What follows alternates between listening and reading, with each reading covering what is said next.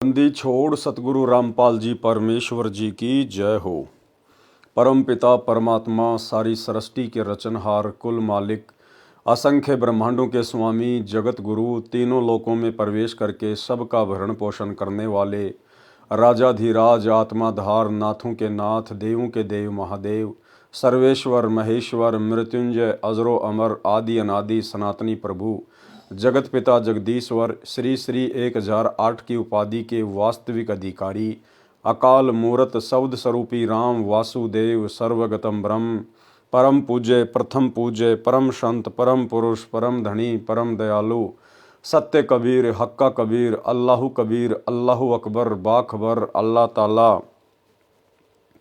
जगत के तारणहार जगत के मुक्तिदाता जगत के जगन्नाथ हारे के सहारे हिंदुओं के राम मुसलमानों के अल्लाह सिखों के वाहेगुरु ईसाइयों के मसीह दया के सागर दयानिधि करुणा के सागर करुणानिधि स्वयंभू परिभू संकट मोचन कष्ट हरण मंगल करण दुख भंजन अविगत कबीर निर्विकार निर्विषम परमात्मा अलय अलेख सतगुरु आदि अनादि सतगुरु असली मर्यादा पुरुषोत्तम असली राम असली कृष्ण असली घनश्याम असली मुरारी राजाओं के राजा महाराजाओं के महाराजा शहंशाहों के शहंशाह सम्राटों के सम्राट भगवानों के भगवान अल्लाहों के अल्लाह प्रभुओं के प्रभु मसीहाओं के मसीह सच्चे वाहिगुरु बाबाओं के बाबा पीरों के पीर सेठों के सेठ जगत सेठ सावड़सा सेठ सर्वगुण संपन्न अनंत कोटि कलाओं के स्वामी अनंत कोटि ब्रह्मांडों के नायक योगियों में महायोगी ध्यानियों में महाध्यानी सिद्धों में परम सिद्ध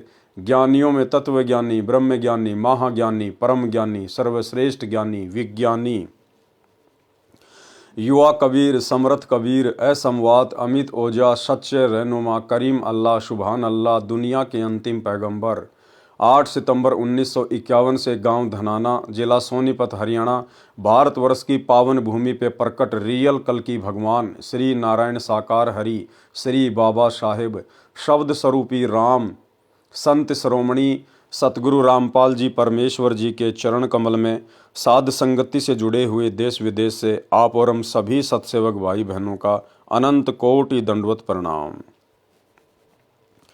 सत्साई भाई और बहनों दया पूज्य गुरुदेव की सारी सृष्टि के मालिक सतगुरु रामपाल जी भगवान की जिनके शुभ आशीर्वाद से विशेष आशीर्वाद से आप और हम सभी सत्सेवक भाई बहन साध संगति से जुड़कर अपनी आत्मा के कल्याण हेतु भक्ति मार्ग पर गुरुदेव के तत्व ज्ञान को आधार बनाकर दृढ़ता के साथ निरंतर आगे की ओर बढ़ रहे हैं। भाई और बहनों कलयुग में परमेश्वर ने विशेष रजा बख्शी है साध संगति शुरू करवा के, क्योंकि साध संगति सतगुरु रामपाल जी परमेश्वर जी के भक्ति मार्ग का ट्रेनिंग सेंटर है। यहाँ पे आत्माओं को फिल्टर किया जाता है, ज्ञान आधार से गुरु की पहचान करवाई जाती है और जो भाव पूर्ण मोक्ष प्राप्ति के लिए गुरु के प्रति एक भगत के अंदर होने चाहिए वो भाव केवल साध संगति से जुड़कर ही पैदा किए जा सकते हैं। तो जो आत्मा अभी तक साध संगति से जुड़ चुकी हैं उनका परम सौभाग्य जो निरंतर भक्ति मार्ग पर आगे की ओर बढ़ रही हैं। तो भाई और बहनों पूज्य गुरुदेव भगवान के कर कमल से लिखित पवित्र पुस्तक कबीर सागर के सरलार्थ के ऊपर वीडियो बनाने की श्रृंखला जारी है। इस श्रृंखला में आज हमारा ये 54 नंबर का वीडियो है। प्रत्येक वीडियो में गुरुदेव भगवान के आशीर्वाद से आप और हमें कुछ न कुछ भक्ति मार्ग से संबंधित विशेष ज्ञान सुनने को मिलता है, जो ज्ञान गुरुदेव किसी कारणवश आप और हम भगत भाई बहनों की तुच्छ बुद्धि के स्तर को देखते हुए सार्वजनिक तौर पर सत्संगों में नहीं कह सके, वो ज्ञान गुरुदेव ने अपने कर कमल से लिखित पुस्तकों में छुपा के रख दिया, लिख कर रख दिया, जो अब समय आने पर साध संगति के माध्यम से धीरे धीरे उजागर हो रहा है और इस गूढ़ ज्ञान को सुनकर समझकर हमारी आत्मा गदगद हो रही है। तो भाई और बहनों अब हम आगे बढ़ते हैं पूज्य गुरुदेव जी के कर कमल से लिखित पवित्र पुस्तक कबीर सागर के सरलार्थ पर। वीडियो नंबर 54 और कबीर सागर का सरलार्थ पेज नंबर 517। कबीर परमेश्वर जी का कलयुग में अवतरण। लेखक के शब्दों में, लेखक कौन? परम पूज्य सतगुरु रामपाल जी परमेश्वर जी। बंदी छोड़ कबीर परमेश्वर जी ने द्वापर युग में अपने प्रिय शिष्य सुदर्शन वाल्मीकि जी को शरण में लिया था। भगत सुदर्शन जी के माता पिता ने परमेश्वर कबीर जी के ज्ञान को स्वीकार नहीं किया था, जिनके नाम थे, पिताजी का नाम था भिखुराम तथा माताजी का नाम था सुखवंती। जिस समय दोनों माता तथा पिता शरीर त्याग गए तो भगत सुदर्शन जी अत्यंत व्याकुल रहने लगे, भक्ति भी कम करते थे। अंतर्यामी करुणामय जी द्वापर युग में कबीर परमेश्वर करुणामय नाम से लीला कर रहे थे। उन्होंने अपने भगत के मन की बात जानकर पूछा, हे भगत सुदर्शन, आपको कौन सी चिंता सता रही है? क्या माता पिता का वियोग सता रहा है या कोई अन्य पारिवारिक परेशानी है? मुझे बताइए। भाई और बहनों, जो गलतियां आप और हम सभी परमेश्वर की आत्माएं सतयुग से लेकर कलयुग की प्रथम पीढ़ी तक करती आई हैं, जिन गलतियों के कारण हम मोक्ष के अधिकारी नहीं बन पाए, आज हमने उन तमाम गलतियों को गुरुदेव के तत्व ज्ञान को आधार बनाकर निकालना होगा। भगत सुदर्शन जब उनके माता पिताजी ने शरीर त्यागा तो उसके बाद वो व्याकुल रहने लगा, अपने माता पिता की चिंता में खोया खोया सा रहता था। गुरुदेव भगवान कह रहे हैं कि वो भक्ति भी कम करने लग गया था। भाई और बहनों, वर्तमान में हमने परमेश्वर को इस प्रकार की शिकायत का कोई मौका नहीं देना है। सौभाग्य यदि हमारे माता पिता भक्ति पर लग जाते हैं तो, अन्यथा बेटा हो या बेटी हो जिनको परमेश्वर का ज्ञान प्राप्त हो चुका है, शरण नसीब हो चुकी है, वे कोई कसर नहीं छोड़ते हैं अपने माता पिता को समझाने में, रिश्तेदारों को समझाने में। यदि माता पिता गुरुदेव की शरण में आ जाते हैं तो बहुत अच्छी बात है। यदि किसी कारण से अपने कमज़ोर संस्कारों की वजह से शरण में नहीं आ पाते हैं तो उपदेशी भगत ने, चाहे बहन हो या भाई हो, अपने माता पिता की बिल्कुल भी चिंता नहीं करनी है। हाँ, एक बेटा बेटी होने के नाते हमारा जो फर्ज है उनके साथ प्रेम पूर्वक व्यवहार करना, प्रेम से बोलना, अच्छा खिलाना, अच्छा पहनाना, वो हम करेंगे।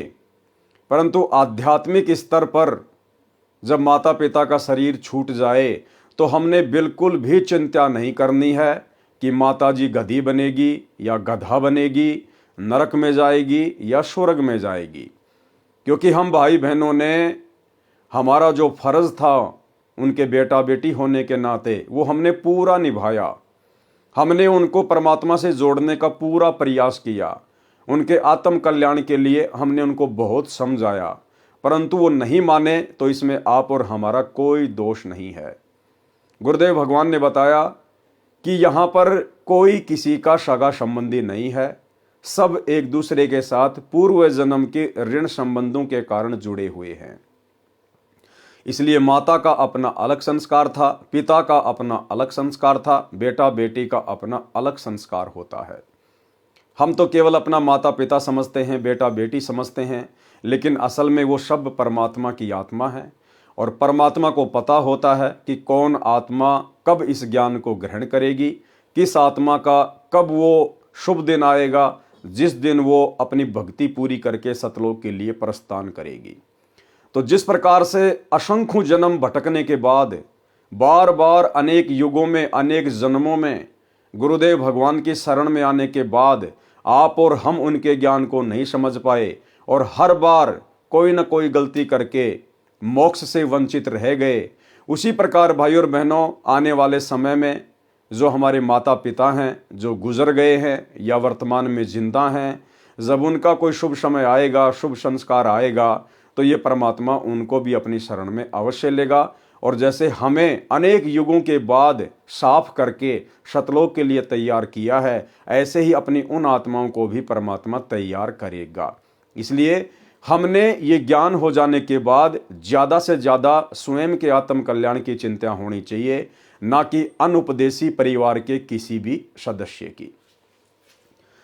लेकिन यहाँ पर भगत सुदर्शन जी बहुत ज़्यादा व्याकुल रहने लगे, चिंतित रहने लगे। लेकिन परमात्मा तो अंतर्यामी है, भला उनसे कौन क्या छुपा सकता है।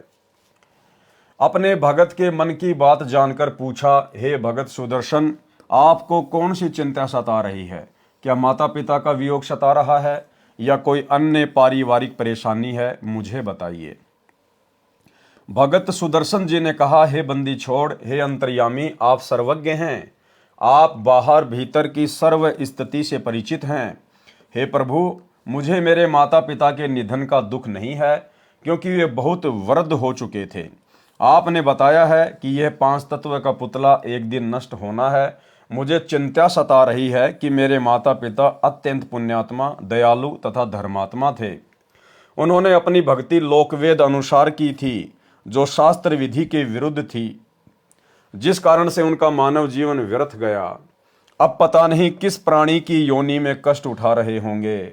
आपसे नम्र निवेदन है, आपका दास चाहता है कि कभी मेरे माता पिता मानव शरीर प्राप्त करें तो उन्हें अपनी शरण में लेना परमेश्वर, तथा उन्हें भी भवसागर से काल ब्रह्म के लोक से पार करना मेरे दाता। मुझे यही चिंता सता रही है। भाई और बहनों, हमने तो बिल्कुल भी चिंता नहीं करनी है। गुरुदेव कहते हैं, चिंता तो हरि नाम की और न चिंता दास, और जो कोई चिंता नाम बिना सोए काल की फांस। ये काल हमें लपेट लेगा अगर अंत समय में जरा भी चिंता किसी भी धन संपत्ति, बेटा बेटी, पोते या किसी भी वस्तु में रह गई तो। आज हमें गुरुदेव ने बिल्कुल संशय रहित कर दिया है। यदि आपके माता पिता ने नाम नहीं लिया है या आपके किसी अन्य परिवार के सदस्य ने नाम नहीं लिया है, और यदि आप मर्यादा में रह के भक्ति कर रहे हैं और गुरुदेव के बताए अनुसार 5 यज्ञ कर रहे हैं, दान धर्म कर रहे हैं, तो आपकी भक्ति के प्रतिफल में, आपके दान और पुण्य के प्रतिफल में परमेश्वर कभी न कभी किसी न किसी जन्म में आपके अन्य परिवार के सदस्यों को भी अपनी शरण में लेगा। और आपके जो पूर्वज थे, आपकी पीछे की 7 पीढ़ियों तक को मानव जन्म देगा परमात्मा। यदि परिवार में एक सदस्य उपदेशी है और दृढ़ता के साथ भक्ति पर लगा हुआ है, तो गुरुदेव भगवान ने बताया उसकी पिछली 7 पीढ़ियों तक को ये परमात्मा मनुष्य जन्म देगा, भले वो किसी भी योनि में भटक रहे हैं। और आगे आने वाली 101 पीढ़ियों को ये परमात्मा पार करेगा, उनका मोक्ष करेगा, उद्धार करेगा। तो भाई और बहनों, हमने चिंता केवल अपने आत्म कल्याण की रखनी है, किसी अन्य की नहीं। मुझे यही चिंता सता रही है।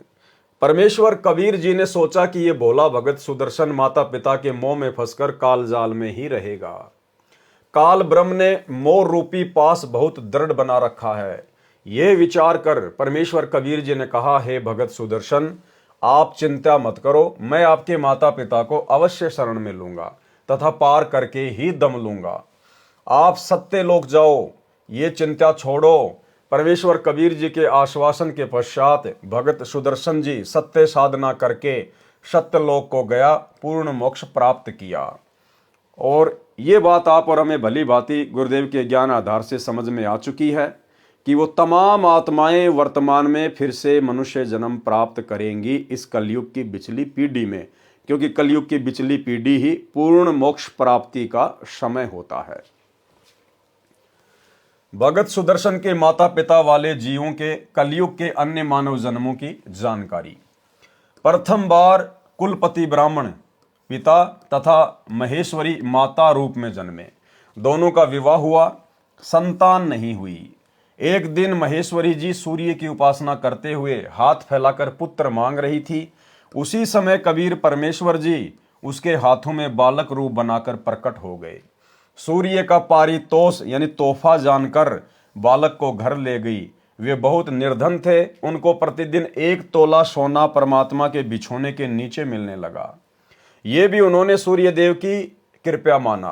5 वर्ष की आयु का होने पर उनको भक्ति बताई, परंतु बालक जानकर उनको परमात्मा की एक बात पर भी विश्वास नहीं हुआ।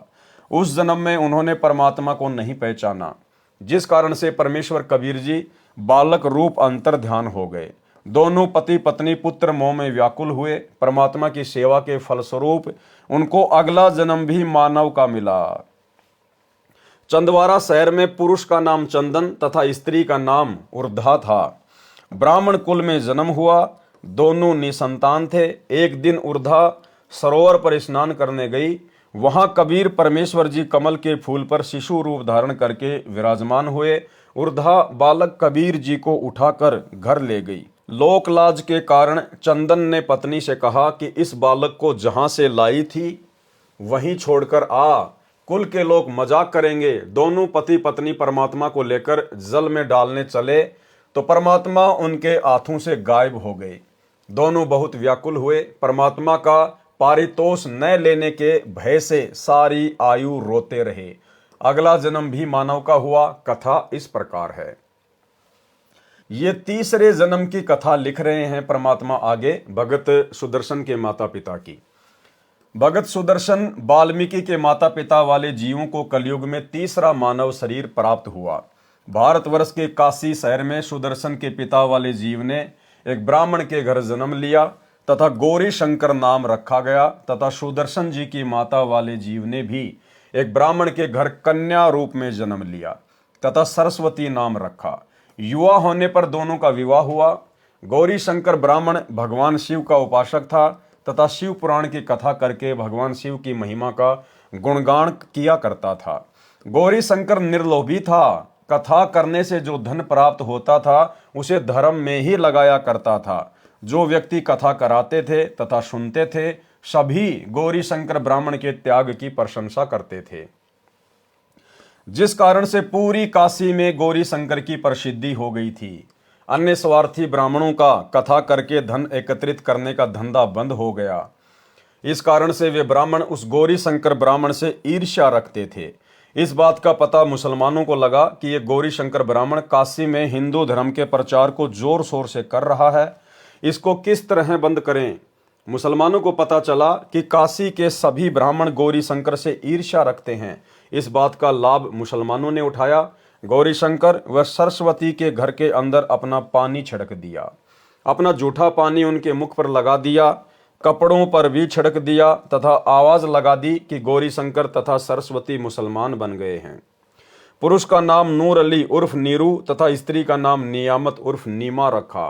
अन्य स्वार्थी ब्राह्मणों को पता चला तो उनका दाव लग गया। उन्होंने तुरंत ही ब्राह्मणों की पंचायत बुलाई तथा फैसला कर दिया कि गौरी शंकर तथा सरस्वती मुसलमान बन गए हैं। अब इनका ब्राह्मण समाज से कोई नाता नहीं रहा है। इनका गंगा में स्नान करने, मंदिर में जाने तथा हिंदू ग्रंथों को पढ़ने पर प्रतिबंध लगा दिया गया है। गौरी शंकर अर्थात नीरू जी कुछ दिन तो बहुत परेशान रहे। जो कथा करके धन आता था उसी से घर का निर्वाह चलता था। उसके बंद होने से रोटी के भी लाले पड़ गए। नीरू ने विचार करके अपने निर्वाह के लिए कपड़ा बुनने का कार्य प्रारंभ किया, जिस कारण से जुलाहा कहलाया। कपड़ा बुनने से जो मजदूरी मिलती थी उसे अपना तथा अपनी पत्नी का पेट पालता था। जिस समय धन अधिक आ जाता तो उसको धर्म में लगा देता था। एक शिक्षा है भाई और बहनों। 650 साल पहले नीरू और नीमा जिन्होंने कबीर परमेश्वर के मुंह बोले पालक माता पिता की भूमिका निभाई, वो वैसे ही बहुत ज्यादा निर्धन थे, गरीब थे। कपड़ा बुन के अपना रोजी रोटी का काम चलाया करते थे। और गुरुदेव कह रहे हैं कि ऐसी स्थिति में भी यदि कभी कभार कपड़ा बुनने के कारण थोड़ा बहुत पैसा ज्यादा आ जाता था तो वो संचय नहीं करते थे, वो वापस धर्म में लगा दिया करते थे, भंडारे में लगा दिया करते थे। उन्होंने अपने घर पर कभी धन का संचय नहीं किया। ये शिक्षा वर्तमान में आप और हम भगत भाई बहनों ने लेनी है कि हम वर्तमान समय में क्या कर रहे हैं। जिस समय धन अधिक आ जाता था तो उसको धर्म में लगा देता था। विवाह को कई वर्ष बीत गए थे, उनको कोई संतान नहीं हुई। दोनों पति पत्नी ने बच्चे होने के लिए बहुत अनुष्ठान किए, साधु संतों का आशीर्वाद भी लिया, परंतु कोई संतान नहीं हुई। हिंदुओं द्वारा उन दोनों का गंगा नदी में स्नान करना बंद कर दिया गया था। उनके निवास स्थान से लगभग 4 किलोमीटर दूर एक लहर तारा नामक सरोवर था, जिसमें गंगा नदी का ही जल लहरों के द्वारा नीची पटरी के ऊपर से उछल कर आता था, इसलिए उस सरोवर का नाम लहर तारा पड़ा। उस तालाब में बड़े बड़े कमल के फूल उगे हुए थे।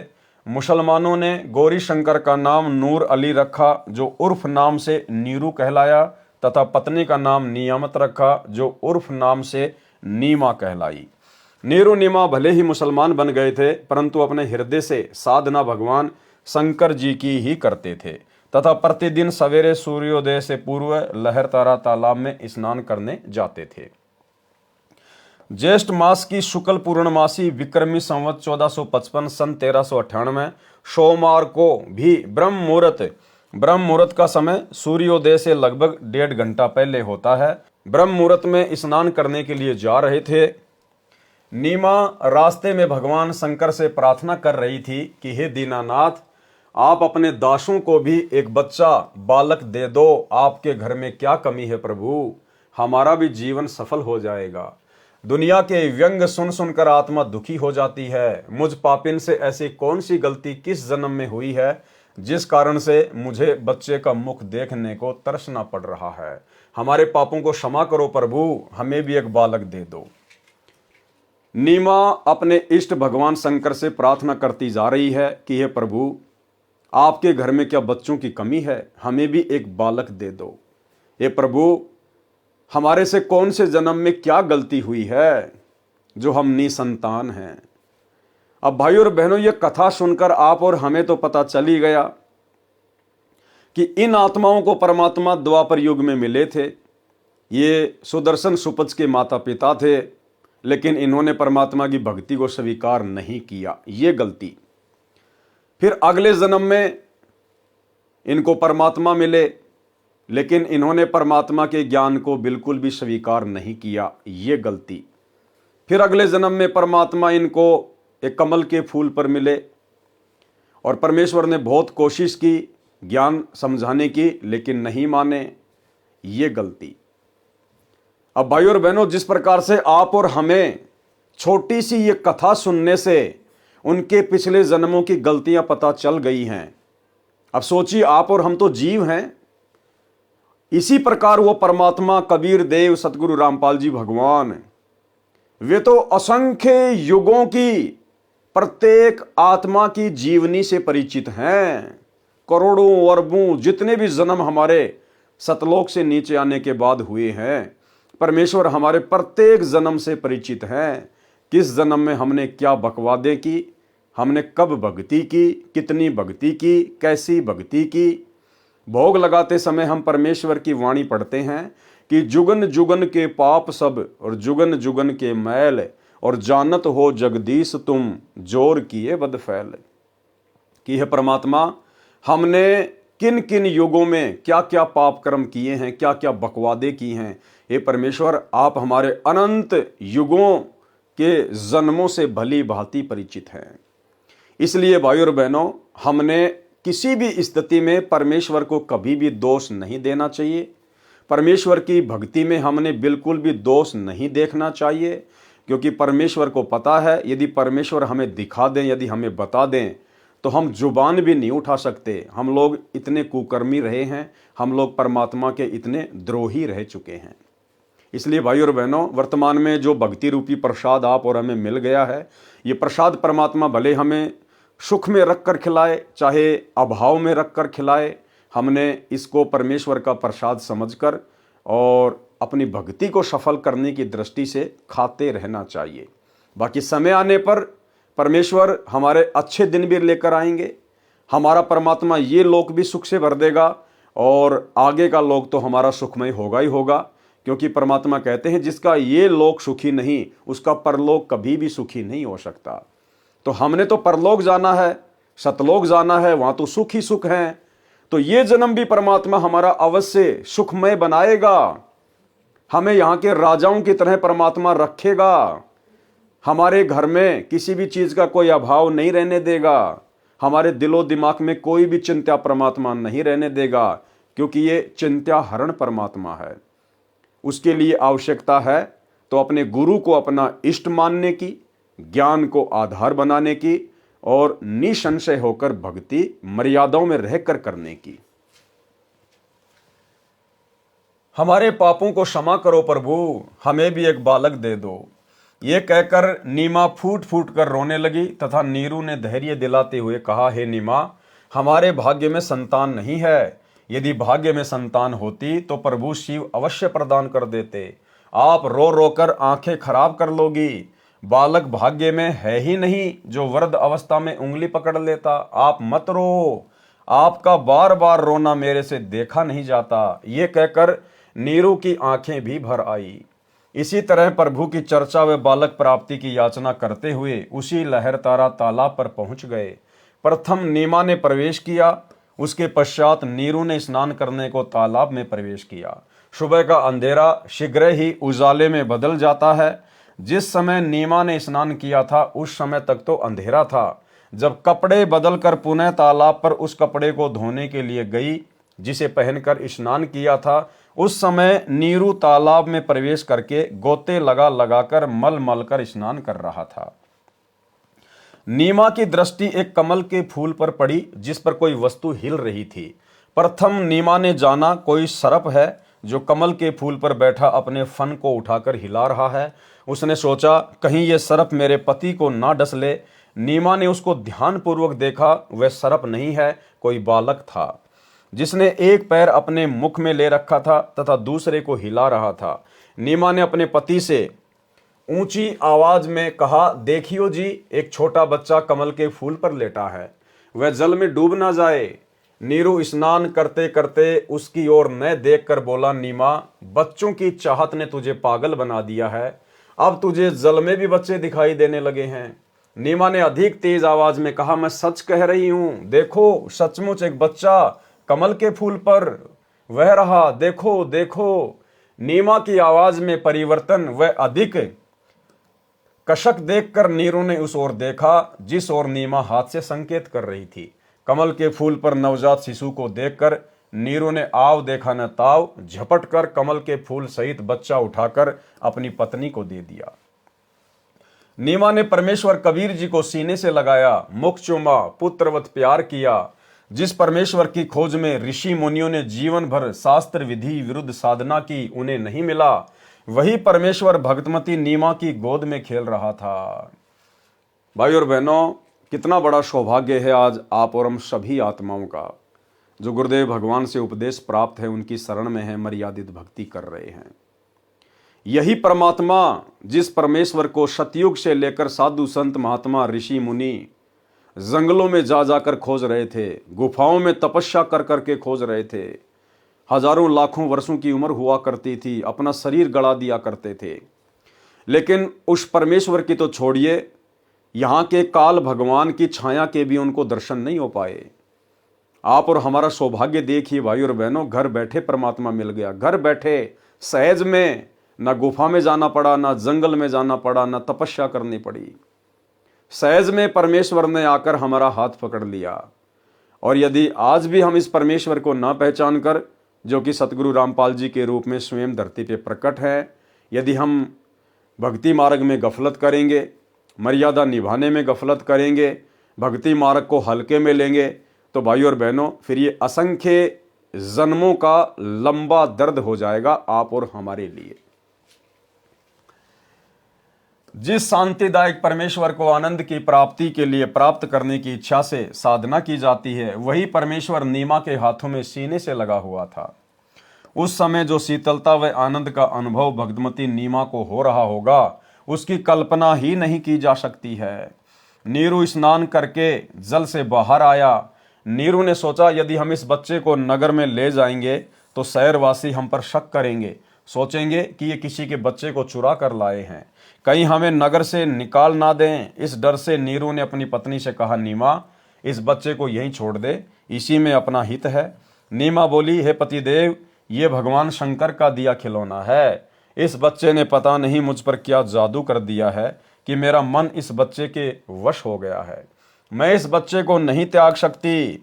नीरू ने नीमा को अपने मन की बात से अवगत करवाया, बताया कि ये बच्चा नगरवासी हमसे छीन लेंगे, पूछेंगे कहाँ से लाए हो, हम कहेंगे लहर तारा तालाब में कमल के फूल पर मिला है।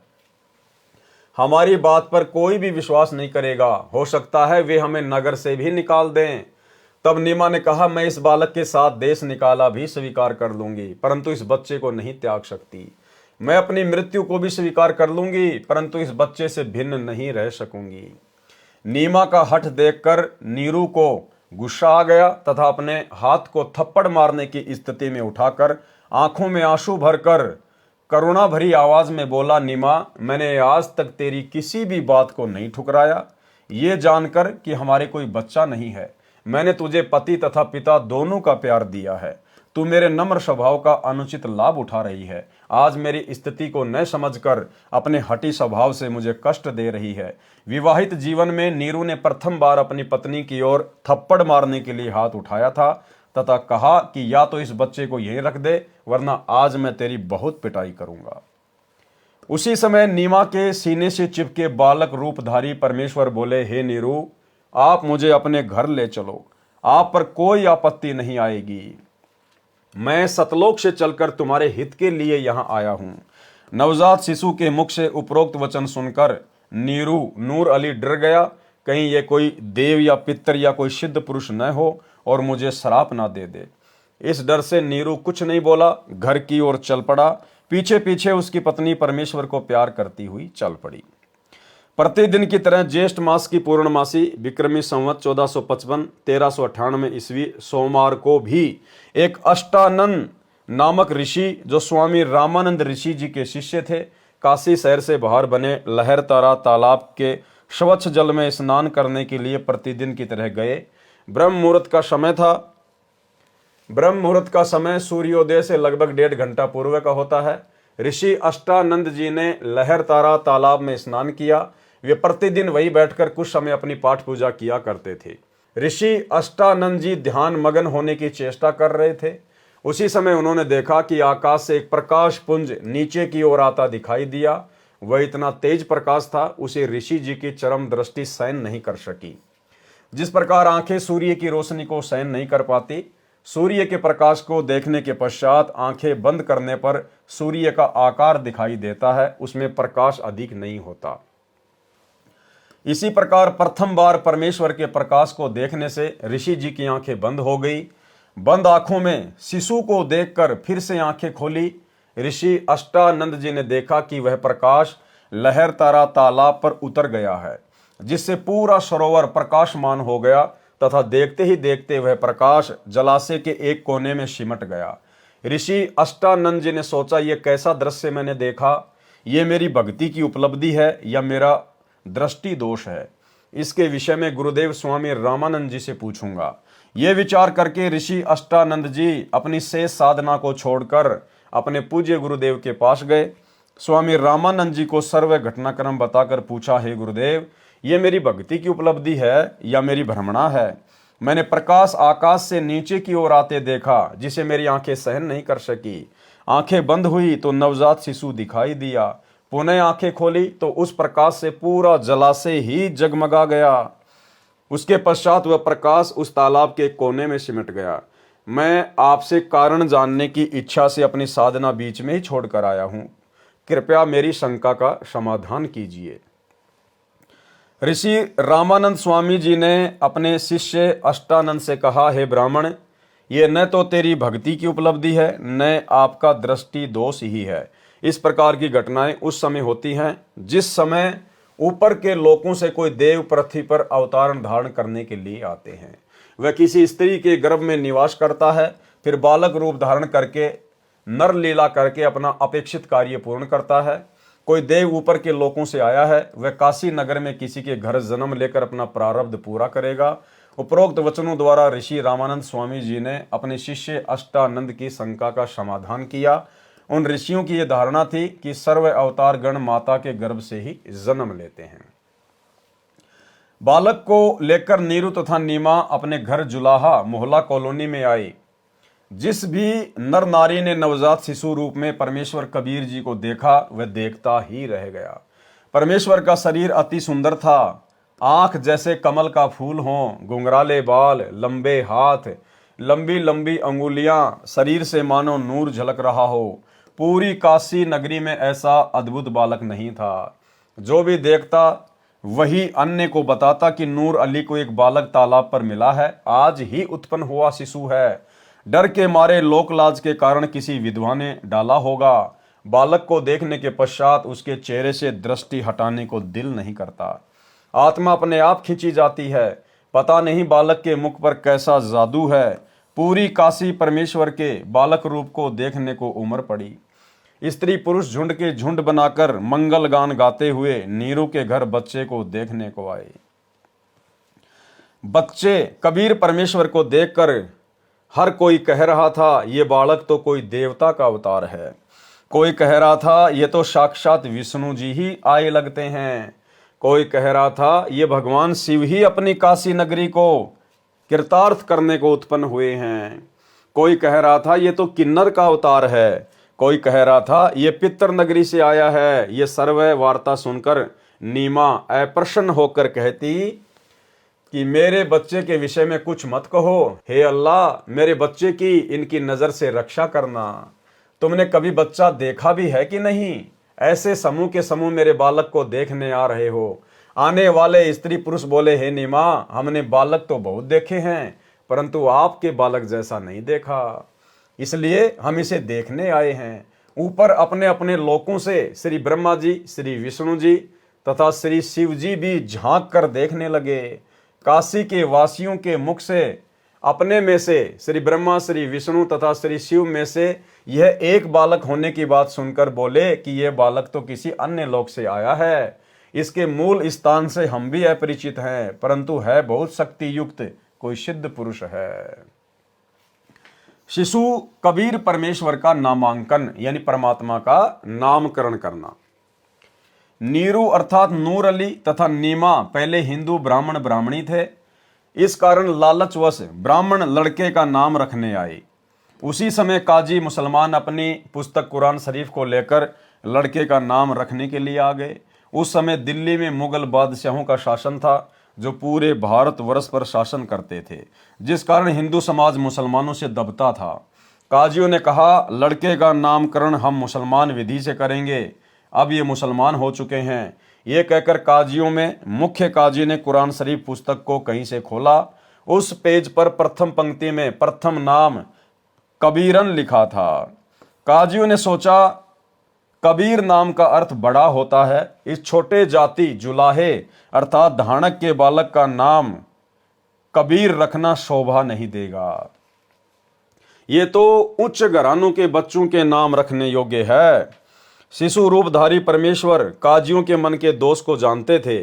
काजियों ने पुनः पवित्र कुरान शरीफ को नाम रखने के उद्देश्य से खोला। उन दोनों पृष्ठों पर कबीर कबीर कबीर अक्षर लिखे थे, अन्य लेख नहीं था। काजियों ने फिर कुरान शरीफ को खोला, उन पृष्ठों पर भी कबीर कबीर कबीर अक्षर ही लिखा था। काजियों ने पूरी कुरान का निरीक्षण किया तो उनके द्वारा लाई गई कुरान शरीफ में सर्व अक्षर कबीर कबीर कबीर कबीर हो गए। काजी बोले इस बालक ने कोई जादू मंत्र करके हमारी कुरान शरीफ को ही बदल डाला।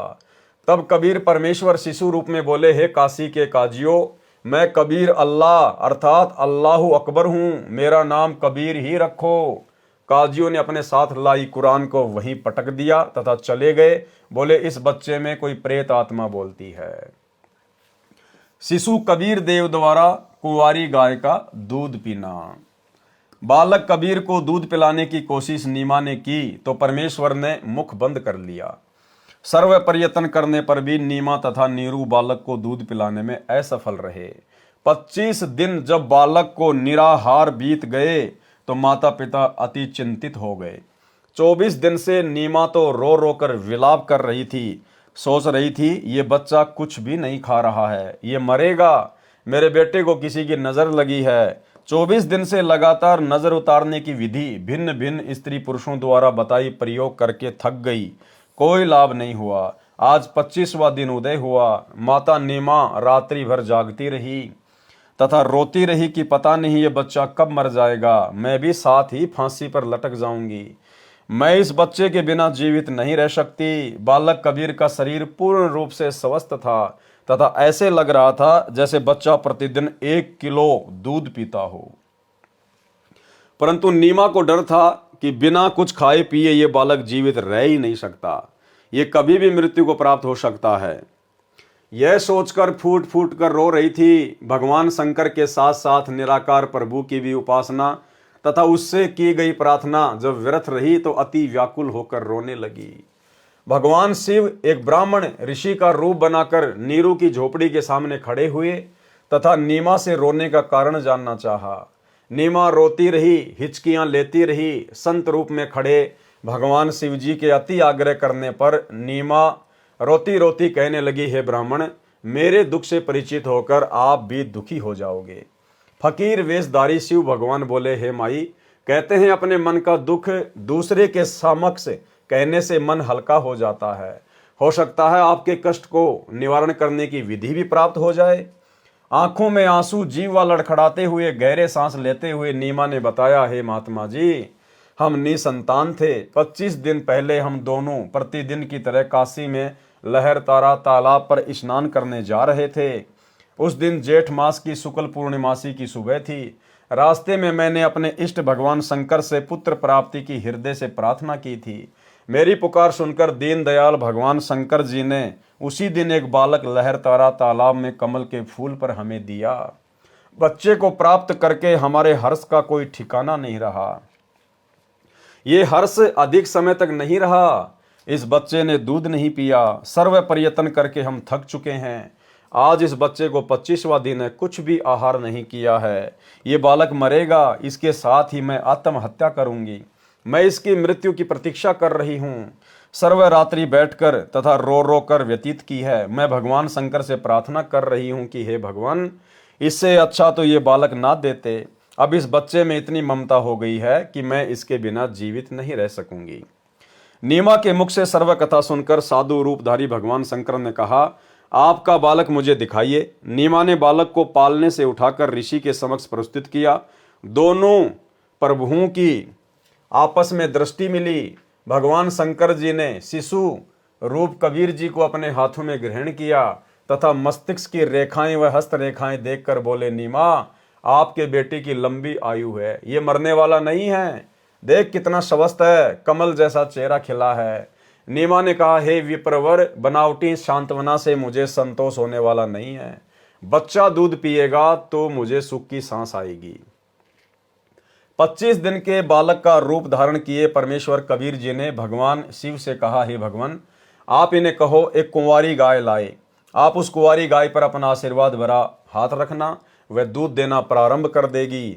मैं उस कुंवारी गाय का दूध पीऊंगा। वह गाय आजीवन बिना ब्याए अर्थात कुंवारी रहकर ही दूध दिया करेगी। उस दूध से मेरी परवरिश होगी। परमेश्वर कबीर जी तथा भगवान शंकर शिव जी की 7 बार चर्चा हुई। शिवजी ने नीमा से कहा, आपका पति कहाँ है? नीमा ने अपने पति को पुकारा। वह भीगी आंखों से उपस्थित हुआ तथा ब्राह्मण को प्रणाम किया। ब्राह्मण ने कहा, नीरू, आप एक कुंवारी गाय लाओ, वह दूध देवेगी। उस दूध को यह बालक पिएगा। नीरू कुंवारी गाय ले आया तथा साथ में कुम्हार के घर से एक ताजा छोटा घड़ा 4 किलोग्राम क्षमता का मिट्टी का पात्र भी ले आया। परमेश्वर कबीर जी के आदेश अनुसार विप्र रूपधारी शिवजी ने उस कुंवारी गाय की पीठ पर हाथ मारा जैसे थपकी लगाते हैं। गौ माता के थन लंबे लंबे हो गए तथा थनों से दूध की धार बह चली। नीरू को पहले ही वह पात्र थनों के नीचे रखने का आदेश दे रखा था। दूध का पात्र भरते ही थनों से दूध निकलना बंद हो गया। वह दूध शिशु रूपधारी कबीर परमेश्वर जी ने पिया। नीरू नीमा ने ब्राह्मण रूपधारी भगवान शिव के चरण लिए तथा कहा, आप तो साक्षात भगवान शिव के रूप हो। आपको भगवान शिव ने ही हमारी पुकार सुनकर भेजा है। हम निर्धन व्यक्ति आपको क्या दक्षिणा दे सकते हैं? हे विप्र, 24 दिनों से हमने कोई कपड़ा भी नहीं बुना है। विप्र रूपधारी भगवान शंकर बोले, साधु भूखा भाव का, धन का भूखा नहीं। जो है भूखा धन का, वो साधु भी नहीं। देखो भाई और बहनों, अभी वाणी है किसकी? ये वाणी कबीर परमात्मा की है। और गुरुदेव क्या कह रहे हैं कि विप्र रूपधारी भगवान शंकर बोले। वो कौन था विप्र रूपधारी भगवान शंकर? स्वयं कबीर परमात्मा ही अपने दूसरे रूप में थे। और फिर क्या वाणी बोली? साधु भूखा भाव का, धन का भूखा नहीं। जो कोई धन का भूखा, वो साधु भी नहीं। इस वाणी को लिखकर गुरुदेव भगवान ने आप और हमें संकेत कर दिया कि वो कोई भगवान शंकर वंकर नहीं था। अरे वो सारी सृष्टि का भगवान है। क्या भगवान शंकर के आशीर्वाद से दूध देने वाली गाय का दूध पिएगा क्या? जो तीनों लोक उस परमपिता परमात्मा, देवों के देव महादेव कबीर देव सतगुरु रामपाल जी भगवान के आशीर्वाद से अपना भरण पोषण कर रहे हैं, तीनों लोकों के प्राणियों का पेट भर रहा है, क्या वो परमात्मा इन तीनों लोकों के भगवानों के आशीर्वाद से अपना पेट भरेगा क्या? तो ये वाणी यहाँ पर लिखकर गुरुदेव भगवान ने संकेत कर दिया कि भगवान शंकर के रूप में वो जो विप्र था वो खुद परमात्मा ही था। विप्र रूपधारी भगवान शंकर बोले, साधु भूखा भाव का, धन का भूखा नहीं, जो है भूखा धन का वह तो साधु नहीं। ये कहकर विप्र रूपधारी शिव जी वहां से प्रस्थान कर गए। ऋग्वेद मंडल 9 सूक्त 1 मंत्र 9, यहां पर उस पूर्ण परमेश्वर की महिमा लिखी हुई है कि जब वो पूर्ण परमात्मा कबीर देव इस पृथ्वी लोक पर अपनी अच्छी आत्माओं को भक्ति दृढ़ाने के लिए आता है, प्रकट होता है, वो जानबूझकर एक शिशु रूप में प्रकट होता है, एक लीला करता है। उस समय उस शिशु रूप में प्रकट कबीर परमेश्वर सतगुरु रामपाल जी भगवान की कवारी गायों के दूध से उनकी परवरिश होती है। उन कवारी गायों के थनों में दूध सतलोक से आता है। अन्यथा इस कबीर परमेश्वर के अलावा इस 21 ब्रह्मांड में और जितने भी भगवान हैं, ब्रह्मा विष्णु महेश है, दुर्गा है, काल है, 33 करोड़ देवी देवता हैं, अन्य साधु संत महात्मा आचार्य शंकराचार्य मंडलेश्वर हैं, आपको किसी के भी इतिहास में इस प्रकार की लीला देखने को नहीं मिलेगी। केवल एकमात्र कबीर परमात्मा, वो परमेश्वर चारों युगों में केवल एक एक जीवन इस प्रकार का जीकर दिखाता है, केवल वेदों में लिखी हुई अपनी महिमा को सत्य साबित करने के लिए। अन्यथा उस परमेश्वर को अपनी परवरिश के लिए कवारी गायों के दूध की आवश्यकता नहीं है। लेकिन परमेश्वर ने पहले ही वेदों में अपनी महिमा लिखवा दी कि जो पूर्ण परमात्मा है, जो कबीर देव है, जब वो धरती पर शिशु रूप में प्रकट होता है तो इस प्रकार से उसकी परवरिश की लीला होती है। इस बात को सत्य साबित करने के लिए परमेश्वर, जो वेदों में लिखी हुई बात है, इसको सत्य साबित करने के लिए केवल प्रत्येक युग की शुरुआत में परमात्मा इस प्रकार की लीला करते हैं। अन्यथा ये परमात्मा ना जाने पृथ्वी पर कितनी बार प्रकट होता है, कितनी बार अंतर ध्यान होता है, इसे किसी भी कुंवारी गाय के दूध की आवश्यकता नहीं पड़ती है। ऋग्वेद मंडल नंबर 9 सूक्त 1 मंत्र 9, ये जो श्लोक है ये लिखा हुआ है, ये इसका अनुवाद है। यहां गुरुदेव ने इसका भावार्थ किया हुआ है। पूर्ण परमात्मा अमर पुरुष जब लीला करता हुआ बालक रूप धारण करके स्वयं प्रकट होता है, सुख सुविधा के लिए जो आवश्यक पदार्थ शरीर वृद्धि के लिए चाहिए वह पूर्ति कुंवारी गायों द्वारा की जाती है। अर्थात उस समय कुंवारी गाय अपने आप दूध देती हैं, जिससे उस पूर्ण प्रभु की परवरिश होती है। यह घटना आपको ना श्री कृष्ण जी के जीवन में देखने को मिलेगी, ना श्री रामचंद्र जी के जीवन में देखने को मिलेगी, ना ब्रह्मा विष्णु महेश के जीवन में देखने को मिलेगी, ना 33 करोड़ देवी देवताओं के जीवन में देखने को मिलेगी। केवल कबीर परमेश्वर जो प्रत्येक युग की शुरुआत में इस प्रकार की लीला करके दिखाते हैं, वेदों में लिखी हुई अपनी महिमा को सत्य साबित करने के लिए। नीरू को धन की प्राप्ति। बालक की प्राप्ति से पूर्व दोनों जने पति पत्नी मिलकर कपड़ा बुनते थे। 25 दिन बच्चे की चिंता में कपड़ा बुनने का कोई कार्य नहीं कर सके, जिस कारण से कुछ कर्ज नीरू को हो गया। कर्ज मांगने वाले भी उसी 25वें दिन आ गए तथा बुरी भली कहकर चले गए। कुछ दिन तक कर्ज न चुकाने पर यातना देने की धमकी सेठ ने दे डाली।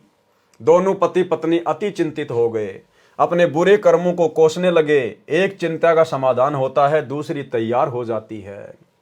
माता पिता को चिंतित देखकर बालक बोला, हे माता पिता, आप चिंता ना करो, आपको प्रतिदिन एक सोने की मोहर 10 ग्राम सोना पालने के बिछोने के नीचे मिलेगी। आप अपना कर्ज उतार कर अपना तथा गऊ का खर्च निकालकर शेष बचे धन को धर्म में लगाना। उस दिन के पश्चात 10 ग्राम सोना प्रतिदिन नीरू के घर परमेश्वर कबीर जी की कृपा से मिलने लगा। यह क्रिया 1 वर्ष तक चलती रही। परमेश्वर कबीर जी ने मोहर सोने का सिक्का मिलने वाली लीला को गुप्त रखने को कहा था कि आप किसी को बताना मत इसके बारे में। एक दिन नीमा की प्रिय सखी उसी समय नीरू के घर पर आई, जिस समय वह कबीर जी को जगाने का प्रयत्न कर रही थी। नीमा की सखी ने वह सोने की मोहर देख ली तथा बोली, इतना सोना आपके पास कैसे आया? नीमा ने अपनी प्रिय सखी से सर्व गुप्त भेद कह सुनाया कि हमें तो 1 साल से ये मोहर प्रतिदिन प्राप्त हो रही है। हमारे घर पर भाग्यशाली लड़का कबीर जब से आया है, हम तो आनंद से रह रहे हैं। अगले दिन ही सोना मिलना बंद हो गया। देखो, ये होता है परमात्मा के वचन को काटना।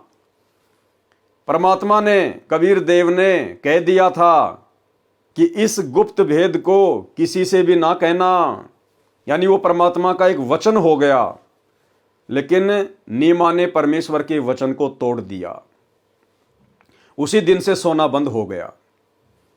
ठीक इसी प्रकार भाई और बहनों, वर्तमान में वही कबीर परमात्मा आप और हमारे पूज्य गुरुदेव भगवान जी के रूप में, सतगुरु रामपाल जी के रूप में धरती पर प्रकट है। और गुरुदेव भगवान ने हमें जो नियम बता दिए हैं, जो भक्ति की मर्यादाएं बता दी हैं, ये उनके वचन हैं। और यदि हमने उनके एक भी वचन को काटा, एक भी वचन को तोड़ा, उसी समय भाई और बहनों इस भक्ति से मिलने वाले लाभ हमारे बंद हो जाएंगे। हो सकता है आपकी पिछली भक्ति से या आपके दान पुण्य से या आपने जितनी मर्यादा में रह के भक्ति कमाई की है उससे भले आपको कुछ समय लाभ मिले, लेकिन परमेश्वर की तरफ से उसी समय भक्ति से मिलने वाला लाभ बंद हो जाता है। इसलिए भाई और बहनों, हमने अपने गुरुदेव भगवान की किसी भी मर्यादा को, उनके द्वारा दिए गए किसी भी भक्ति नियम को तोड़ने की सोचना भी नहीं है। तोड़ना तो बहुत दूर की बात है। ये छोटी छोटी बातें हैं, ये संकेत हैं जिनके माध्यम से आप और हम भाई बहनों को शिक्षा लेनी चाहिए। नीरू तथा नीमा दोनों मिलकर कपड़ा बुनकर अपने परिवार का पालन पोषण करने लगे। बड़ा होकर बालक कबीर भी पिता के काम में हाथ बटाने लगा। थोड़े ही समय में अधिक बुनाई करने लगा। ऋषि रामानंद सेऊ, शमन तथा नेकी व कमाली के पिछले जन्मों का ज्ञान, यानी ऋषि रामानंद जी पहले कौन थे, ये सेऊ था, ये पहले कौन था, शमन था, ये कौन था, नेकी और कमाली कौन थी। तो भाई और बहनों, परमात्मा इसमें बता रहे हैं कि सतयुग में और त्रेता युग में जब परमात्मा आए थे और प्रथम बार परमेश्वर के लालन पालन की जिम्मेदारी जिन आत्माओं को मिली थी, वो आत्मा थी पंडित रामानंद जी और कमाली, जो कलयुग की प्रथम पीढ़ी में जन्मे। यही दोनों आत्माएं सतयुग और त्रेता में, उस युग की शुरुआत में कबीर परमेश्वर जी के मुंह बोले माता पिता की भूमिका में थे। आगे क्या बताया परमात्मा ने। ऋषि रामानंद जी का जीव सतयुग में विद्याधर ब्राह्मण था, जिसे परमेश्वर सतसुकृत नाम से मिले थे। त्रेता युग में वह वेदविग नामक ऋषि था, जिसको परमेश्वर मुनिंद्र नाम से शिशु रूप में प्राप्त हुए थे। तथा कमाली वाली आत्मा सतयुग में विद्याधर की पत्नी दीपिका थी। त्रेता युग में सूर्या नाम की वेदविद ऋषि की पत्नी थी। उस समय इन्होंने परमेश्वर को पुत्रवत पाला तथा प्यार किया था। उसी पुण्य के कारण ये आत्माएं परमात्मा को चाहने वाली थी। कलयुग में भी इनका परमेश्वर के प्रति अटूट विश्वास था। ऋषि रामानंद व कमाली वाली आत्माएं ही सतयुग में ब्राह्मण विद्याधर तथा ब्राह्मणी दीपिका वाली आत्माएं थी, जिन्हें ससुराल से आते समय कबीर परमेश्वर एक तालाब में कमल के फूल पर शिशु रूप में मिले थे। यही आत्माएं त्रेता युग में वेदविग तथा सूर्या ऋषि दंपति थे, जिन्हें परमेश्वर शिशु रूप में प्राप्त हुए थे। सम्मन तथा नेकी वाली आत्माएं द्वापर युग में काणु वाल्मीकि तथा उसकी पत्नी गोदावरी थी, जिन्होंने द्वापर युग में परमेश्वर कबीर जी का शिशु रूप में पालन पोषण किया था।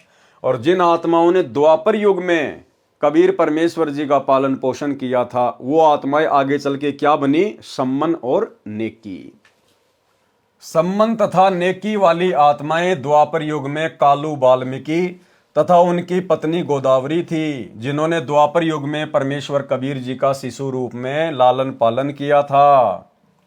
यानी भाई और बहनों, सतयुग और त्रेता युग में जिन दो आत्माओं ने कबीर परमेश्वर का पालन पोषण किया था, वो आत्माएं 650 साल पहले पंडित रामानंद और कमाली के रूप में जन्मे। और जिन्होंने द्वापर युग में कबीर परमात्मा जी का पालन पोषण किया था शिशु रूप में, वो दोनों आत्माएं सम्मन और नेकी के रूप में जन्मे। जिन्होंने द्वापर युग में परमेश्वर कबीर जी का शिशु रूप में पालन पोषण किया था, उसी पुण्य के फलस्वरूप परमेश्वर ने उन्हें अपनी शरण में लिया था। सेऊ यानी शिव वाली आत्मा द्वापर युग में एक गंगेश्वर नामक ब्राह्मण का पुत्र गणेश था। अब जो नेकी और सम्मन का बेटा था सेऊ, वो कौन था?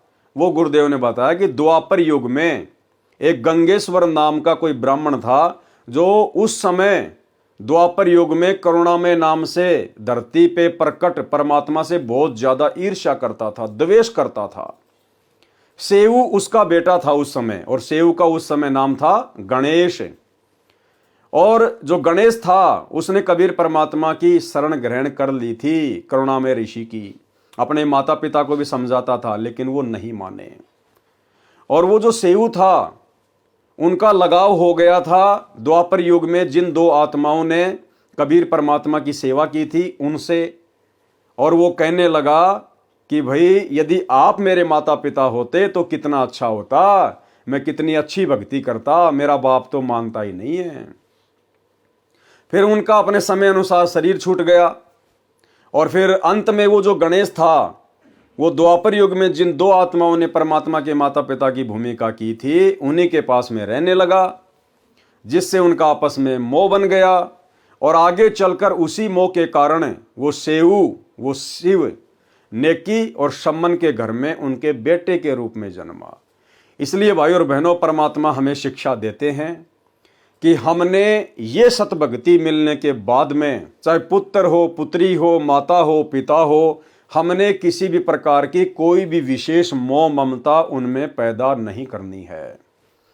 यदि आप माता पिता हैं, आपके घर में संतान है, तो केवल परमेश्वर की आत्मा समझकर, परमेश्वर के बेटा बेटी समझकर, अपने आप को नौकर मजदूर समझकर हमने केवल उनकी परवरिश की भूमिका करनी है। उनके अंदर हमने विशेष मोह ममता पैदा नहीं करनी है, अन्यथा हम काल के जाल में फंस जाएंगे। ये सेऊ का उदाहरण बहुत बड़ी बात है। अब आगे क्या कह रहे हैं गुरुदेव भगवान। सेऊ शिव वाली आत्मा द्वापर में ही एक गंगेश्वर नामक ब्राह्मण का पुत्र गणेश था, जिसने अपने पिता के घोर विरोध के पश्चात भी मेरे उपदेश को नहीं त्यागा था, तथा गंगेश्वर ब्राह्मण वाली आत्मा कलयुग में शेख तकी बना। वो गंगेश्वर ब्राह्मण जो द्वापर में सेऊ का पिता था, उसने द्वापर में भी परमात्मा से ईर्ष्या रखी, और कलयुग की प्रथम पीढ़ी में वो बना शेख तकी, सिकंदर लोदी का धार्मिक गुरु, जिसने 650 साल पहले भी परमात्मा के विरोधी की ही भूमिका निभाई, जिसने अपने पिता के घोर विरोध के पश्चात भी मेरे उपदेश को नहीं त्यागा था, तथा गंगेश्वर ब्राह्मण वाली आत्मा कलयुग में शेख तकी बना। वह द्वापर युग से ही परमेश्वर का विरोधी था। गंगेश्वर वाली आत्मा शेख तकी को काल ब्रह्म ने फिर से प्रेरित किया, जिस कारण से शेख तकी गंगेश्वर परमेश्वर कबीर जी का शत्रु बना। भगत श्री कालू तथा गोदावरी का गणेश माता पिता तुल्य सम्मान करता था। जो सेऊ था द्वापर युग में उसका नाम गणेश था, और उस समय वो कालू तथा गोदावरी जिन्होंने परमात्मा के मुंह बोले माता पिता की भूमिका निभाई थी, उनका विशेष सम्मान किया करता था। रो रो कर कहता था, काश आज मेरा जन्म आप वाल्मीकि के घर होता। मेरे माता पिता कालू तथा गोदावरी भी गणेश से पुत्रवत प्यार करते थे, उनका मोह भी उस बालक में अत्यधिक हो गया था। इसी कारण से वे फिर से उसी गणेश वाली आत्मा अर्थात सेऊ के माता पिता नेकी तथा सम्मन बने। देखो भाई और बहनों, परमेश्वर के किसी भी वचन में कोई हेर फेर नहीं मिलेगी। परमात्मा कहते हैं, जहां आशा तहां बाशा होई, मन कर्म वचन सुमरियो सोई। कालू की और गोदावरी की दोनों की उस समय उस गणेश में ममता बन गई, और उस गणेश की कालू और गोदावरी में माता पिता की तरह ममता बन गई, और अंत तक रही। अब देख लो फिर कलयुग में वो फिर आपस में बेटा बेटी बन के पैदा हो गए। तो भाई और बहनों, ये परमेश्वर हमें शिक्षा दे रहे हैं कि यदि हमारी जरा सी भी आस्था हमारे किसी भी रिश्ते नाते में रहेगी, चाहे हम कुछ भी भक्ति कर रहे हैं, कैसे भी भक्ति कर रहे हैं, हमें पुनः परमेश्वर के विधान अनुसार वापस वहीं पर दोबारा से जन्म लेना पड़ेगा। इसलिए भाई और बहनों, हमने अपनी तरफ से पूरी सावधानी बरतनी है। बाकी कलयुग की बिचली पीढ़ी है, परमात्मा भी अपनी तरफ से हमें बहुत सारा सहारा देगा। यदि हम मर्यादा में रह के भक्ति पर लगे रहेंगे तो भक्ति की शक्ति से और गुरुदेव के विशेष आशीर्वाद से, उनकी मेहर से अंत समय में ये परमात्मा हमारी किसी भी धन में, कार में, कोठी में, बेटा बेटी में, पोता पोती में, ये परमात्मा ध्यान जाने ही नहीं देगा। लेकिन फिर भी हमने अपनी तरफ से पूरी सतर्कता बरतनी है। इसी कारण से वे फिर से उसी गणेश वाली आत्मा अर्थात सेऊ के माता पिता नेकी तथा सम्मन बने। सम्मन की आत्मा ही नौशेरवा शहर में नौशेर खां राजा बना, फिर बलक बुखारे का बादशाह इब्राहिम अदम सुल्तान हुआ, तब उसको पुनः भक्ति पर लगाया। शिशु कबीर की सुन्नत करने का असफल प्रयत्न। शिशु रूपधारी कबीर देव की सुन्नत करने का समय आया तो पूरा जन समूह संबंधियों का इकट्ठा हो गया। नाई जब शिशु कबीर जी के लिंग को सुन्नत करने के लिए कैंची लेकर गया तो परमेश्वर ने अपने लिंग के साथ एक लिंग और बना लिया। फिर उस सुन्नत करने को तैयार व्यक्ति की आंखों के सामने ही 3 लिंग और बढ़ते दिखाए। कुल 5 लिंग एक बालक के देखकर वह सुन्नत करने वाला आश्चर्य में पड़ गया। अब देखो भाई और बहनों, आपको विज्ञान के बारे में समझाते हैं, टेक्नोलॉजी के बारे में समझाते हैं। आजकल ये हमारे वैज्ञानिक भाई बंधु इंटरनेट बना के, सैटेलाइट बना के, लैपटॉप, कंप्यूटर, मोबाइल बना के, दुनिया भर की एप्लीकेशन वगैरह बना के अपने आप को भगवान समझ बैठे। इंसान अपने आप को खुदा समझ बैठा, खुदा को भूल गया, अपनी औकात को भूल गया। आजकल आप देख रहे होंगे मोबाइल पर ऐसी ऐसी एप्लीकेशन आ गई, एआई टेक्नोलॉजी आ गई। मैं आपको यहां पर कुछ वीडियो दिखाऊंगा, स्क्रीन पर आप जी देखिएगा। आप देखेंगे एक व्यक्ति मोमोज वगैरह पका रहा है और मोमोज पकते पकते सूअर में परिवर्तित हो गए। मोमोज आपकी आंखों के सामने देखते देखते सूअर के बच्चे बन गए। दूसरा वीडियो आप देखिए, ये केला, बनाना, ये केला आपकी आंखों के सामने ये तोता बन गया। आप देख रहे हैं लगातार आपकी आंखों के सामने वो केला तोता बन गया। ये क्या टेक्नोलॉजी है भाई और बहनों? ये उस कबीर परमात्मा के द्वारा दी गई टेक्नोलॉजी है इंसान को। जबकि उस परमेश्वर की जो साइंस है, उस परमेश्वर की साइंस के विषय में तो यहां का बड़े से बड़ा वैज्ञानिक कभी सोच भी नहीं सकता, कल्पना भी नहीं कर सकता कि उस परमेश्वर कबीर देव सतगुरु रामपाल जी की क्या टेक्नोलॉजी है, क्या उसकी साइंस है। उदाहरण आपने देख लिया होगा, गुरुदेव ने अपने कर कमल से लिखा है। आप तो केवल मोमोज को शुअर में चेंज होते हुए देख रहे हैं, केले को तोते में बदलता हुआ देख रहे हैं। और 650 साल पहले कबीर परमात्मा ने, जिस समय ना कोई वैज्ञानिक था, ना विज्ञान थी, ना एआई थी, ना मोबाइल थे, ना कंप्यूटर, ना टेक्नोलॉजी, और ना ही जब परमात्मा की सुन्नत करने आया तो परमात्मा ने एक की जगह 2 शिशु इंद्री दिखा दी। नाई घबरा गया और देखते ही देखते 3 शिशु इंद्री यानी 3 लिंग नाई की आंखों के सामने उत्पन्न हो गए। देखते देखते जैसे मोमोज से सुअर उत्पन्न हो गए। तो भाई और बहनों, 650 साल पहले कहां थी विज्ञान, कहां थे वैज्ञानिक, कहां थे टेक्नोलॉजी? इसलिए आज हम उस वैज्ञानिकों के वैज्ञानिक की शरण में हैं। कबीर देव सतगुरु रामपाल जी भगवान की शरण में हैं, जिनकी बराबरी करने की कोई कल्पना भी नहीं कर सकता। ये आजकल ये वैज्ञानिक उपकरण, ये हवाई जहाज, रेडियो, इंटरनेट, हेलीकॉप्टर, सैटेलाइट, ये सारी टेक्नोलॉजी उस कबीर परमेश्वर सतगुरु रामपाल जी के द्वारा इस वर्तमान भक्ति युग में, भक्ति मार्ग में सहयोग के लिए इन विशेष आत्माओं को दी गई है। ये किसी इंसान के स्तर की बस की बात नहीं है कि कोई इंसान अपना दिमाग लगा के ये चीजें बना देगा। गुरुदेव कहते हैं ये इंसान सतयुग से लेकर वर्तमान तक यही था। पशुओं के चारा काटने की एक मशीन भी नहीं बना पाया था, हाथ से घुमाने वाला वो गंडासा भी नहीं बना पाया था। श्री रामचंद्र जी भी यही था, गर्मियों में गर्मी मरता था, एक पंखा भी नहीं बना पाया। श्री कृष्ण भी यही था, रेडू जोड़ के चलता था, ढंग की रोड भी नहीं बना पाया। भाई और बहनों, ये टेक्नोलॉजी, ये विशेष ज्ञान, ये विज्ञान इस कबीर परमेश्वर वैज्ञानिकों के वैज्ञानिक ने आप और हम आत्माओं को इस कलयुग की बिचली पीढ़ी में भक्ति में सहयोग के लिए दिया है। ठीक है, जब तक दुनिया को ज्ञान नहीं होगा अध्यात्म का, भक्ति मार्ग का, जब तक अपने कबीर देव सतगुरु रामपाल जी भगवान की पहचान नहीं होती है, तब तक तो काल प्रेरणा से दुनिया इनका दुरुपयोग ही करेगी। लेकिन जिस दिन ये ज्ञान पूरी दुनिया में फैलेगा, दुनिया को इस कल की भगवान की पहचान हो जाएगी, उस दिन भाई और बहनों परमेश्वर के द्वारा निर्मित करवाए गए ये सभी संसाधन, ये सभी उपकरण उनकी भक्ति में ही प्रयोग किए जाएंगे। तो भाई और बहनों, हमारे गुरुदेव वैज्ञानिकों के वैज्ञानिक हैं, हल्के में मत ले लेना।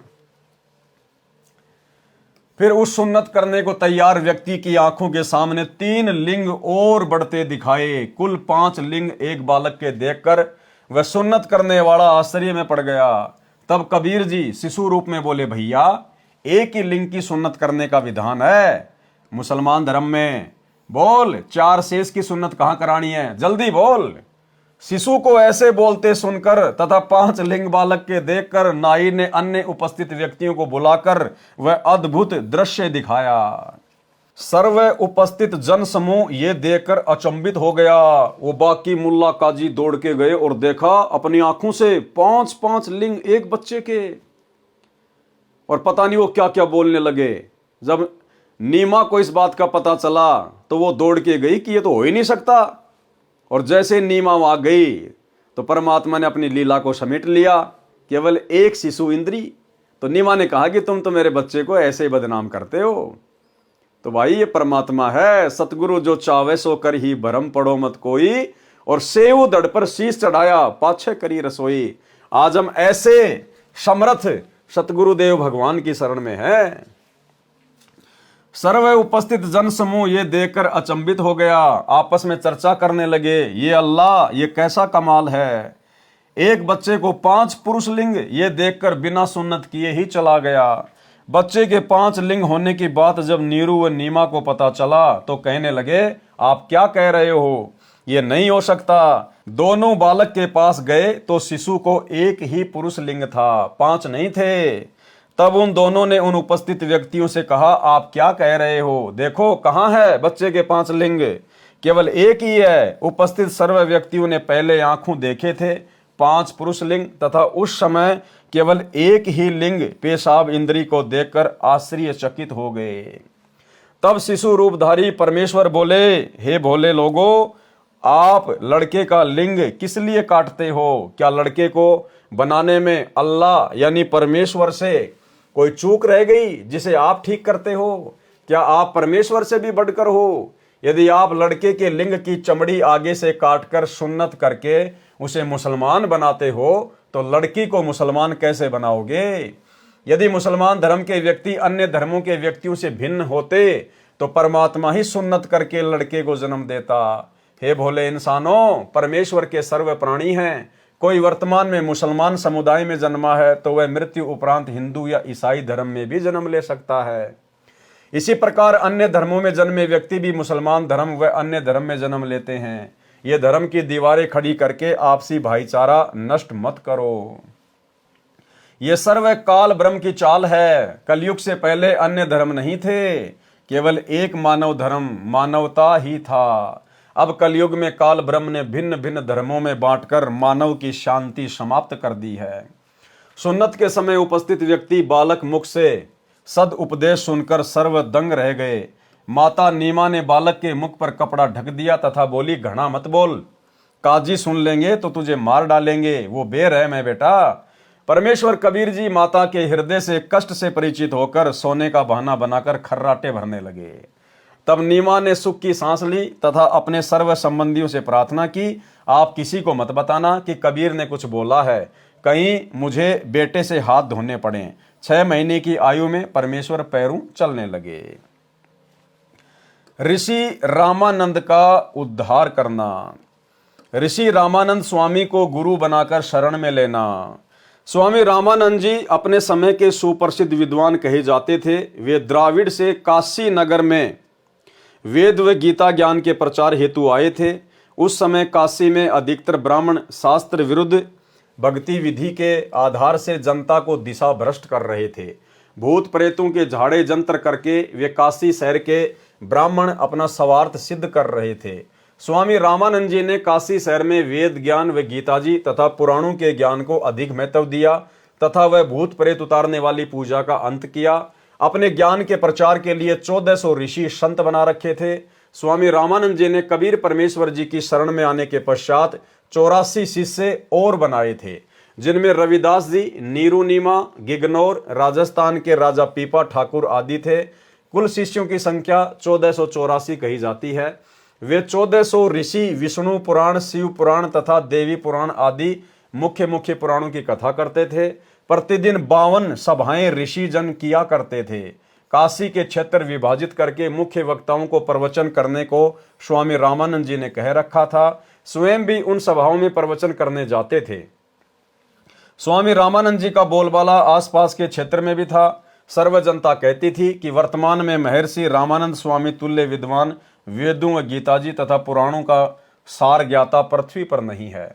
परमेश्वर कबीर जी ने अपने स्वभाव अनुसार अर्थात नियम अनुसार रामानंद स्वामी को शरण में लेना था। कबीर जी ने संत गरीबदास जी को अपना सिद्धांत बताया है, जो संत गरीबदास जी 12वें पंथ प्रवर्तक छुड़ानी धाम हरियाणा वाले ने अपनी वाणी में लिखा है। गरीब जो हमारी शरण है उसका हूं मैं दास, गैल गैल लाग्या फिरूं जब तक धरती आकाश। गोता मारूं स्वर्ग में जा बैठूं पाताल, गरीब दास ढूंढत फिरूं अपने हीरे माणिक लाल। हरदम संगी बिछुड़त नाही है महबूब सलोना वो, एक पलक में साहिब मेरा फिरदा 14 भवनाओ। जो बच्चा गऊ की नजर में यूं साईं को संत, भगतों के पीछे फिरे भगत वत्सल भगवंत।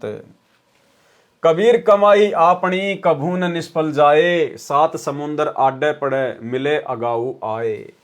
सतयुग में विद्याधर नामक ब्राह्मण के रूप में तथा त्रेता युग में वेद विग ऋषि के रूप में जन्मे स्वामी रामानंद जी वाले जीव ने परमेश्वर कबीर जी को बालक रूप में प्राप्त किया था। भगतमती कमाली वाला जीव उस समय दीपिका नाम की विद्याधर ब्राह्मण की पत्नी थी। वही दीपिका वाली आत्मा वेदविद ब्राह्मण की पत्नी सूर्या थी, जो कलयुग में कमाली बनी। यही दोनों आत्माएं त्रेता युग में ऋषि दंपत्ति वेदविग तथा सूर्य था। उस समय भी परमेश्वर कबीर बंदी छोड़ जी शिशु रूप में इन्हें मिले थे। इसके पश्चात भी इन दोनों जीवों को अनेकों जन्म व स्वर्ग प्राप्ति भी हुई थी। वही आत्माएं कलयुग में परमेश्वर कबीर जी के समकालीन हुई थी। पूर्व जन्म के संत सेवा के पुण्य अनुसार परमेश्वर कबीर जी ने उन पुण्यात्माओं को शरण में लेने के लिए लीला की। स्वामी रामानंद जी की आयु 104 वर्ष की थी। उस समय कबीर देव जी के लीलामय शरीर की आयु 5 वर्ष की थी। स्वामी रामानंद जी महाराज का आश्रम गंगा दरिया के आधा किलोमीटर दूर स्थित था। स्वामी रामानंद जी प्रतिदिन सूर्योदय से पूर्व गंगा नदी के तट पर बने पंचगंगा घाट पर स्नान करने जाते थे। 5 वर्षीय कबीर देव ने 2.5 यानी 2 वर्ष 6 महीने के बच्चे का रूप धारण किया तथा पंचगंगा घाट की पौड़ियों यानी सीढ़ियों में लेट गए। स्वामी रामानंद जी प्रतिदिन की भांति स्नान करने गंगा दरिया के घाट पर गए। अंधेरा होने के कारण स्वामी रामानंद जी बालक कबीर देव को नहीं देख सके। स्वामी रामानंद जी के पैर की खड़ाऊ लकड़ी का जूता सीढ़ियों में लेटे बालक कबीर देव के सिर में लगी। बालक कबीर देव लीला करते हुए रोने लगे जैसे बच्चा रोता है। स्वामी रामानंद जी को ज्ञान हुआ कि उनका पैर किसी बच्चे को लगा है, जिस कारण से बच्चा पीड़ा से रोने लगा है। स्वामी जी बालक को उठाने तथा चुप करने के लिए शीघ्रता से झुके तो उनके गले की माला एक रुद्राक्ष की कंठी माला बालक कबीर देव के गले में डल गई, जिसे स्वामी रामानंद जी नहीं देख सके। स्वामी रामानंद जी ने बच्चे को प्यार से कहा, बेटा राम राम बोल, राम राम से सर्व कष्ट दूर हो जाता है। ऐसा कहकर बच्चे के सिर को सहलाया, आशीर्वाद देते हुए सिर पर हाथ रखा। बालक कबीर परमेश्वर अपना उद्देश्य पूरा होने पर चुप होकर पौड़ियों पर बैठ गए तथा एक शब्द गाया और चल पड़े। अब भाई और बहनों, ये बात कौन कहेगा कि वो 2.5 साल का बालक जब रामानंद जी ने कहा कि कोई बात नहीं बेटा, राम राम बोल, राम राम बोल, राम राम बोलने से सर्व कष्ट दूर होते हैं।